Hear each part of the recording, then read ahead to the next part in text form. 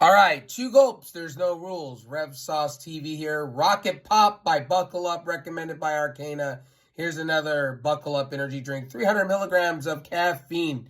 You know, everybody's got an issue with Prime Energy drink doing 200 milligrams. But anyway, Buckle Up Energy. I put it in this cup here, my sippy cup. Let's go.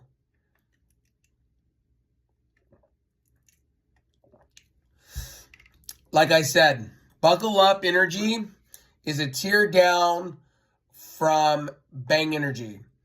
The taste is a little bit of a tier level down, but it will buckle up and keep you, on that energy, all the way up, hyped up all the time. Anyway, this is a C average. I would say 6.75. Worth the buy, yes. For $1, definitely. Anyway, two gulps, there's no rules. Rev Sauce TV out.